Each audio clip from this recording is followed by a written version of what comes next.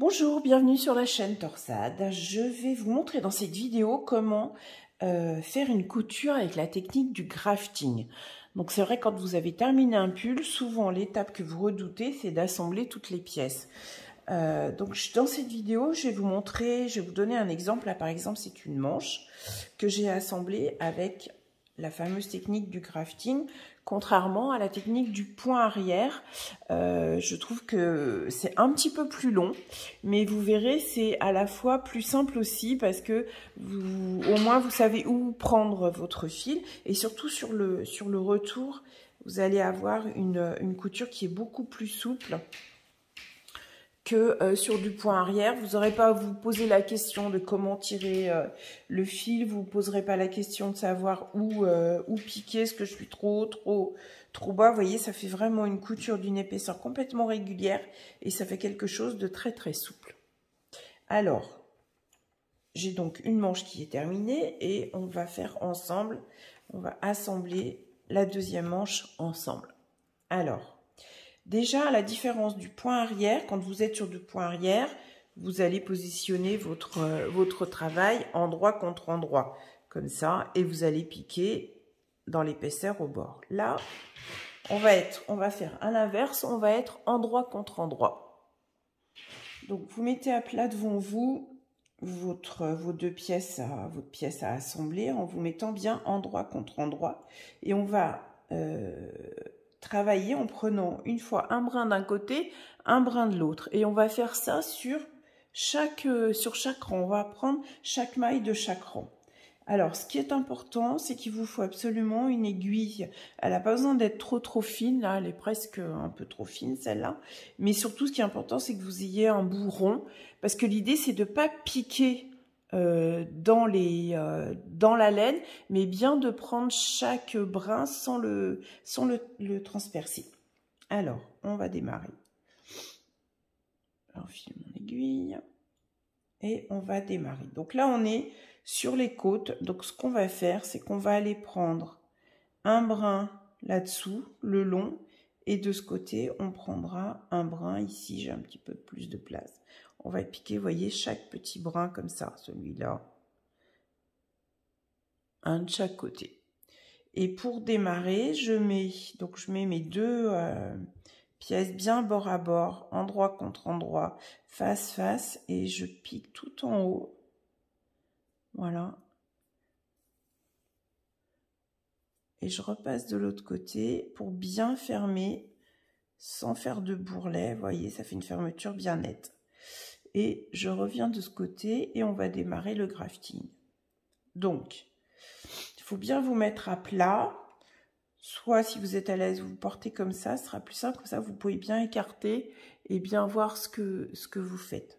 Donc là, je vais attraper la maille suivante en travers. Je prends une à droite, une en bas et une à gauche.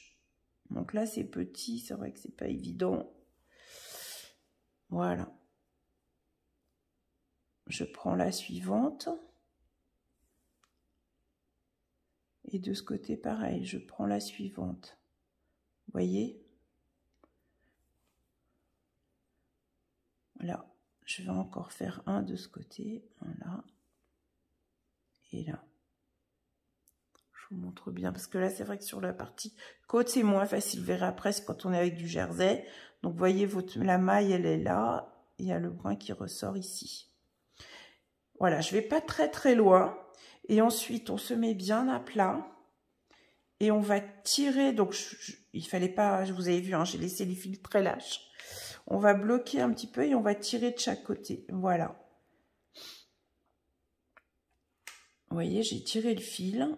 Alors, je fais attention de ne pas faire un accordéon non plus. Et ça fait une jointure bien nette. Sur l'endroit, on ne voit plus de couture. Donc, ensuite, on continue. On va bien repiquer. Donc, je repique bien dans l'espace. Vous voyez, mon fil d'avant, il était là. Je repique tout de suite là.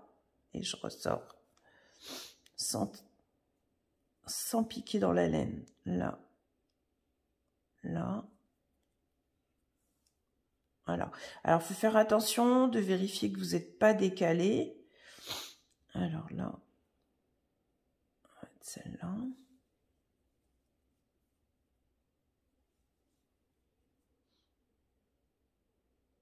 Dans les côtes, c'est la partie la plus compliquée, parce qu'on est dans des creux, on voit pas bien la petite maille transverse.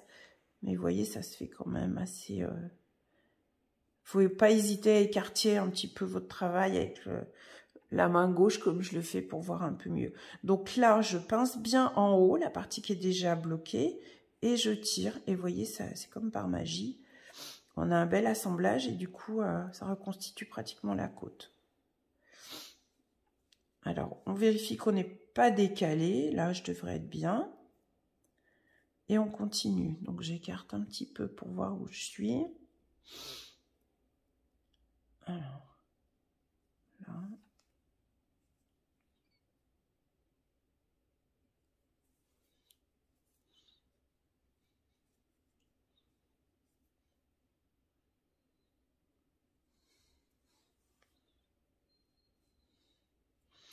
Vous voyez, n'hésitez pas à écarter, à mettre votre doigt dessous pour voir où vous êtes. Il faut bien repiquer. Là, le précédent fil, il est là. Je repique à la base et je vais chercher la maille d'après. Vous voyez? Je sortais là. Je repique dans le même espace et je prends le brin d'après. Sur la partie jersey endroit, ça se verra mieux. Vous verrez, vous comprendrez mieux le principe.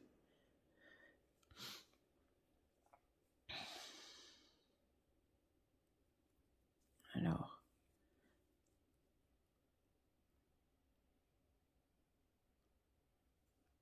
Hop. Alors, ensuite, on bloque en haut la partie qui a déjà été faite. Et on tire le fil et ça s'assemble. Comme par magie. Alors là, je suis arrivée en bas des côtes. Je vérifie que je suis bien, voilà. On est bien au même niveau, c'est parfait. Alors, on va faire une dernière. De ce côté. Voilà, je vais reprendre ce brin-là. Et là, on termine du coup nos côtes en même temps, c'est parfait. Alors maintenant, on va arriver sur la partie jersey endroit. Vous allez voir, c'est beaucoup plus facile. Alors, là, c'est une manche et je sais que sur cette manche, j'ai fait de chaque côté des augmentations. C'est rare que les manches soient toutes droites. Donc, j'ai fait des augmentations là, tous les 10 et tous les 12 rangs. Donc, ça va me servir de repère. Parce que quand vous faites du grafting, ce qui est important, c'est de bien prendre à chaque fois une maille de chaque côté et de ne pas se décaler. C'est-à-dire de ne pas avoir une partie et l'autre qui soit plus en face. Donc, je sais que mes augmentations, qui se voient très bien, vous voyez, j'ai une première augmentation ici, j'en ai une deuxième augmentation là. Ça va me servir de repère avec les augmentations que j'ai en face et qui sont faites sur le même rang. Donc, je sais que quand je tombe sur une augmentation, vous voyez, on les voit bien ici, là, il faudrait que je tombe au même niveau sur les augmentations sur la pièce, sur l'autre côté du travail. Donc, on est parti. Là, c'est pareil. Mais là, ça va être beaucoup plus facile. Alors, moi, j'aime bien me mettre comme ça, avec le travail face à moi. Et on refait la même chose. Donc, je choisis... Alors, autre chose importante, c'est ne pas chercher à attraper la maille lisière. Parce que sinon, si vous attrapez la maille lisière, ça va vous faire des trous. Il faut bien repérer une ligne, un rang, et vous dites que vous piquez à l'intérieur. On peut même prendre ici. C'est pas gênant si c'est un petit peu plus large, mais là, ça sera très bien. Donc, je prends le brin transverse de chaque rang. Donc là, je m'étais arrêtée ici. Donc, je reprends celui-là. Et en face, je fais pareil. Je choisis une ligne. Voilà, donc là, je vais mettre là. J'étais là-haut. Hop, et du coup, je vais me mettre ici. Voilà, et ensuite, je prends, donc, alors là, c'est petit, je vais me rapprocher. Donc, on voit le fil que je viens de passer. Je prends celui d'après. Vous voyez, hop. Et j'essaye de pas le de pas le transpercer, vraiment de passer, hop. C'est pour ça qu'il faut prendre vraiment un bourron et pas hésiter éventuellement à prendre une aiguille un petit peu plus grande. Un peu plus grosse, pardon. Hop. Donc là, on voit bien le fil que je viens de passer, il est là. C'est pour ça qu'il ne faut pas tirer tout de suite. Et je passe en dessous, hop. Je vais de l'autre côté. Et je prends le brin transverse. Donc, quand c'est des petites, là j'étais en 3,5, donc c'est petit. Pas hésiter à bien voir votre travail pour pas piquer à l'aveugle. Voilà. Donc ensuite on bloque. C'est important de le bloquer en haut. Et vous voyez, et je tire. Voilà. Alors surtout, ce qu'il ne faut pas faire, c'est tirer comme ça, sans tenir là. Parce que si vous tirez comme ça, vous allez former une fronce ici. Donc il faut bien le tenir, ce que vous avez déjà fait. Vous tirez, et comme ça, ça se met bien à plat. Vous voyez, on ne voit rien. Donc quand vous redémarrez, quand vous êtes arrêté, que vous avez tiré, vous écartez un petit peu. Comme ça, vous voyez tout de suite où vous étiez sur l'étape d'avant. Donc on voit le fil ici. Et je repars sur ma ligne que je m'étais définie. Comme ça, vous êtes bien toujours sur la même maille. Hop.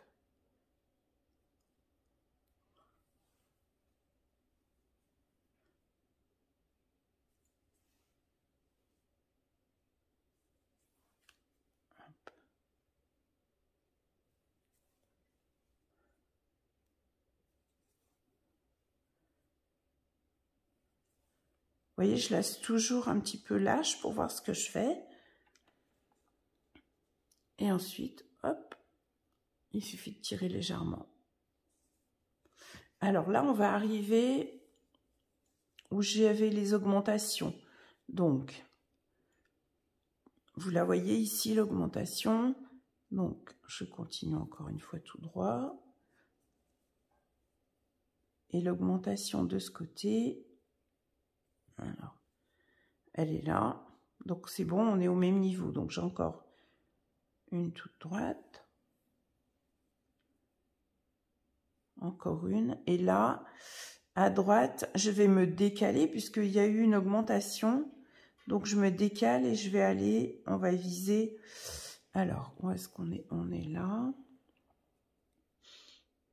Donc, je repique bien au même endroit où j'étais tout à l'heure.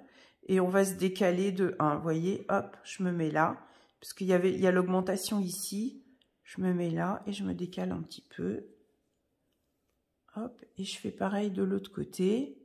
L'augmentation, vous voyez, là j'ai une maille, j'en ai 2 qui partent. Je vais partir de ce côté.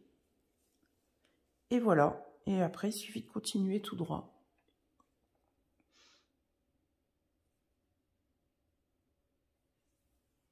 Hop. Hop. Voilà, ça c'est vraiment important. Alors, quand il n'y a pas de repère pour savoir à quel niveau vous êtes sur la partie droite et gauche de ce que vous assemblez, ben, il faut fixer avec des épingles pour pas que votre travail se décale. Donc là, j'en ai fait plusieurs, vous allez voir, hop. Voilà, et vous voyez là, on a bien l'épi de l'augmentation de chaque côté. Alors, après, si vous préférez, il faut vraiment que vous soyez confortable. Vous pouvez aussi travailler à plat comme ça. Mais c'est vrai que c'est pratique de voir où on pique, donc c'est bien de soulever un petit peu avec votre main gauche. Hop, et bien prendre que le brin transverse.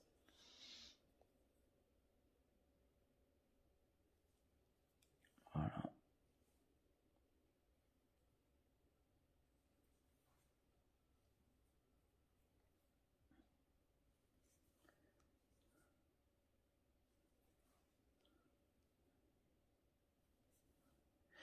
Oui, sur le jersey en droit, après, c'est vraiment simple parce qu'on voit bien ce qu'on fait. Hop. Là, j'arrive bientôt à nouveau à une augmentation. Hop. Donc là, je vais me décaler un petit peu. Hop. Alors, ça peut être... Alors, je vais en faire encore une droite. Et là, je vais me décaler. Donc là, j'étais sur cette ligne-là. Vous voyez, j'étais sur cette ligne-là. Eh bien, je vais aller là. Hop. Là, on était sur cette ligne. Et là, on va se décaler pour aller là.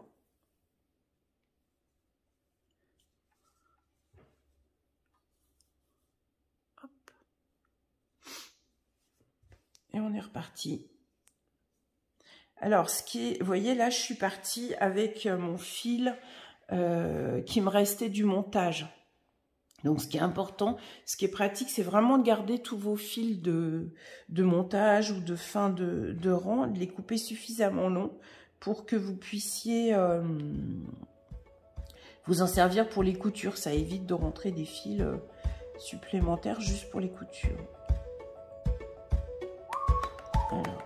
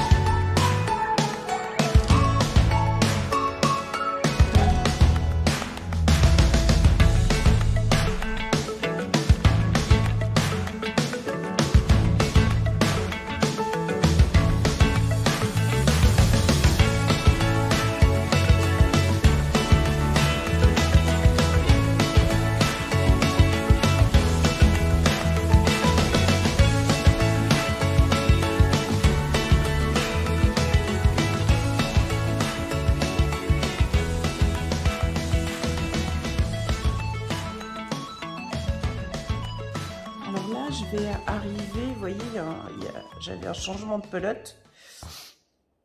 Donc j'ai mes deux fils. Alors je vais les couper parce que j'en ai pas besoin. Des fois je les réutilise pour finir la couture. Mais là j'en ai assez sur mon aiguille. Alors j'ai fait un changement de pelote. Donc ne jamais faire de nœud au tricot. Donc vous voyez mes deux fils sont là. Donc je vais pratiquement pas en tenir compte. Je vais continuer puisqu'on n'est pas sur la maille lisière à utiliser la même technique et on rentrera les fils après dans un deuxième temps quand la couture sera terminée. Voilà, donc je me reste bien à plat pour pas piquer dans mes... Et vous voyez, je continue. Puisque je suis pas sur la maille lisière, je suis sur cette ligne là, normalement mes fils de changement de pelote ne doivent pas me gêner. Alors je me mets bien à plat, hop, voilà.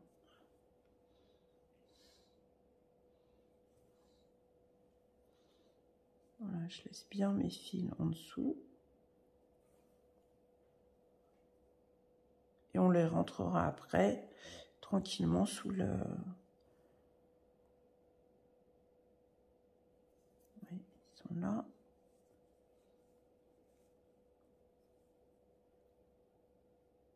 Voilà.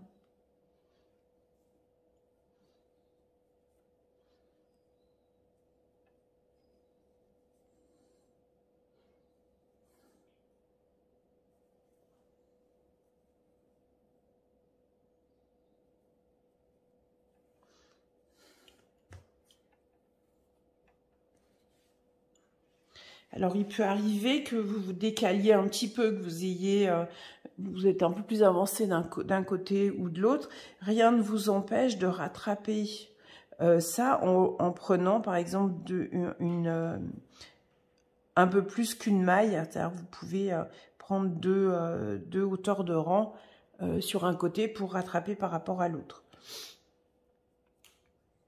Alors voilà, j'ai pratiquement terminé l'assemblage la couture de ma manche. Par contre, avant de terminer, je voulais vous montrer comment faire lorsque vous avez plus de fil pour coudre. Bon là, moi, il m'en reste assez, mais on va faire comme si j'en avais presque plus. Donc là, je viens de faire mon dernier point de grafting. Et ce qu'on va faire, c'est qu'on va passer le fil de l'autre côté. Donc je vais repasser où je viens de, à l'endroit de mon dernier point. Je passe mon fil de l'autre côté. Voilà. Là, je retourne. On a notre belle couture sur l'envers. Et je vais simplement, je vais pas faire de nœud. Je vais simplement passer en arrière.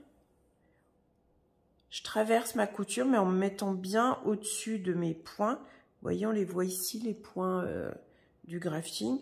Donc, je reste au-dessus, je fais... Et je me faufile, je passe mon fil en faisant attention de bien rester au-dessus. Voilà, un petit peu plus loin comme ça.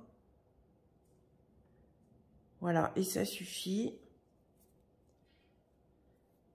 Hop, du coup, j'ai lâché l'aiguille, mais c'est pas grave.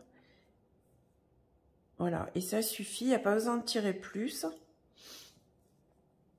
Il vous suffit de couper votre fil qui dépasse un petit peu, voilà. Et ensuite, pour reprendre, donc je prends un nouveau fil.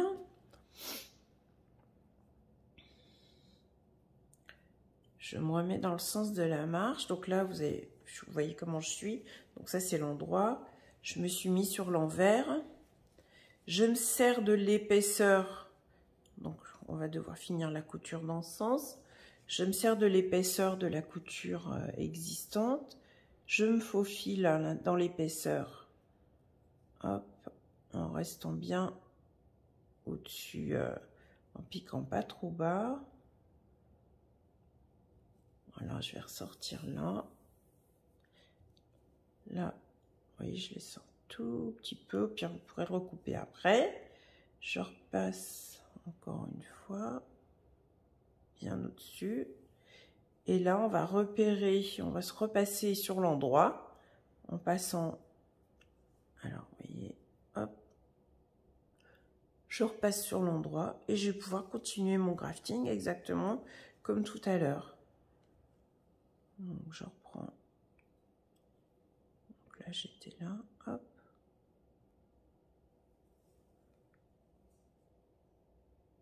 Voilà.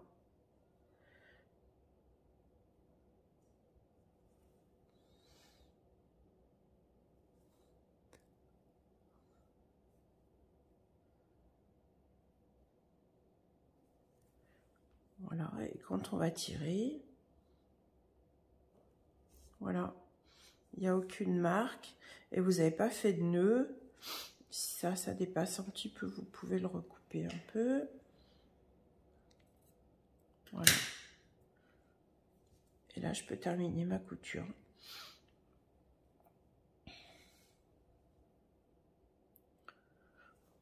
Voilà, donc vous voyez cette technique de grafting, elle demande un petit peu plus de patience, mais ça fait une jolie finition, ça tire pas. Vous n'avez pas à vous poser la question quand vous faites du point arrière, de la hauteur, de la hauteur d'où vous piquez, et est-ce que vous avez une couture qui n'est pas trop épaisse. Voilà, moi je l'utilise beaucoup dès qu'il y a des coutures droites.